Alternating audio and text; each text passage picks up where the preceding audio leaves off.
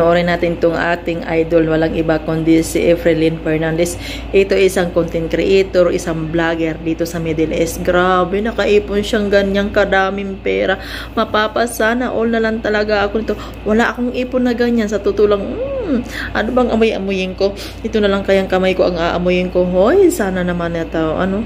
So mga langga, panoorin natin ang kanyang pagbibilang at pag-aamoy at pagpapaypay ng pera niya dito sa Middle East. Halika, panoorin natin. Ang bango-bango talaga ng pera. Lalong-lalo na kapag pinaghirapan mo. Amuyin ko muna. Amuyin ko muna, guys. Dahil bukas na bukas mawawala na sa kamay ko. Charot.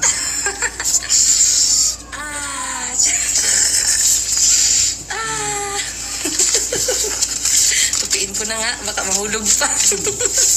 So ayan guys, masaya ako sa pinaghirapan ko. Charot.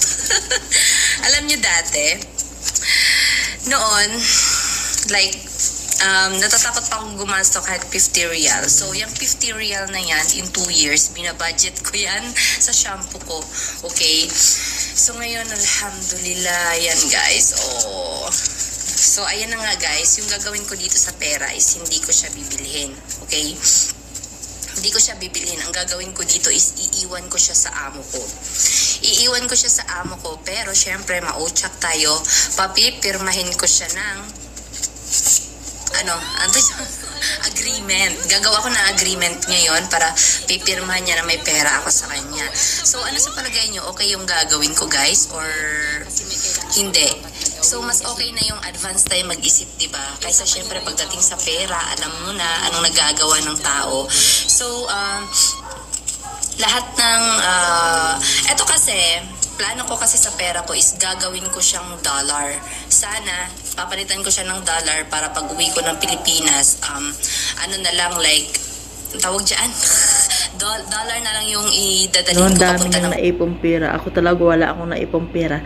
At saka yung pera niya, sabi niyang ganun dyan, kung ipapahiram ba niya sa kanyang employer, siya na, ikaw idol, ikaw magdesisyon yan kasi pera mo yan eh, di ba? Hindi naman kailangan itanong yan dyan sa mga kagaya naming mga viewers mo, nanonood ng iyong mga vlog, ng iyong mga content.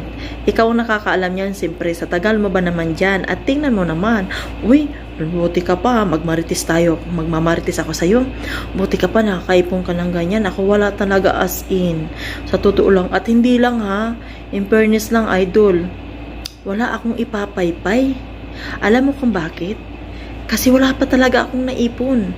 At buti ka nga kamo dyan, libre ka. Libre ka sa pagkain. Eh dito, dumudukot pa ako ng pagkain. Ako, napakaswerte mo talaga idol, sa totoo lang. Habang pinapanood ko yung mga vlog mo, akala mo ito lang video na to ang pinapanood ko. Ito lang video na to ang pinag-iinteresan ko na kunin at hiramin sa'yo para naman sa mga ibang OFW. Ayan. Alam mo, idol, sa totoo lang, talagang proud ako sa'yo. Kasi alam bakit? Talagang, ikaw na talaga, sabi ko, ikaw na ang bangko. Ikaw na may bangko. Kasi mga ibang OFW, isa na ako dun, na walang naiipon. Alam mo kung bakit? Kasi mga pera namin ay napapadala namin lahat. Kaya nga, sabi ko nga dito sa mga ibang OFW na magtira-tira naman kayo para sa sarili nyo. Kasi ako naman, kung para sa akin, wag nyo na akong isipin. Kasi alam bakit? Ang dami kong racket. O, ang dami kong racket. May racket ako sa kabilang apps. May racket ako dito. Kaya naman, yung iba na hindi nakaka-racket. So, isipin nyo mabuti. Pag sumahod na kayong mag-isip-isip naman kayo, kwentahin nyo. For example, may mga ganyan kasi ako nun ha, pag may mga utang kayo sa tindahan yung mga nasa Pilipinas, sabihin mo naman sa kanila, mag-control naman kasi buwanan at hindi halos dinadampot ang pera dito, pinaghihirapan at hindi lang yan. Kagaya, buti nga napakaswerte, kagaya itong ating idol na napakaswerte, na libre sa pagkain. Di siguro, alam mo, yung mga vlog nito, nakikita ko, as in, nakakapagprito pa siya ng malaking manok. Sus, nako, hindi na ako pwedeng magkwento dito. Sa totoo lang, kasi maglalaway lang ako sa mga ganyang sistema. Ako, makakakain lang ako dito. Order ko.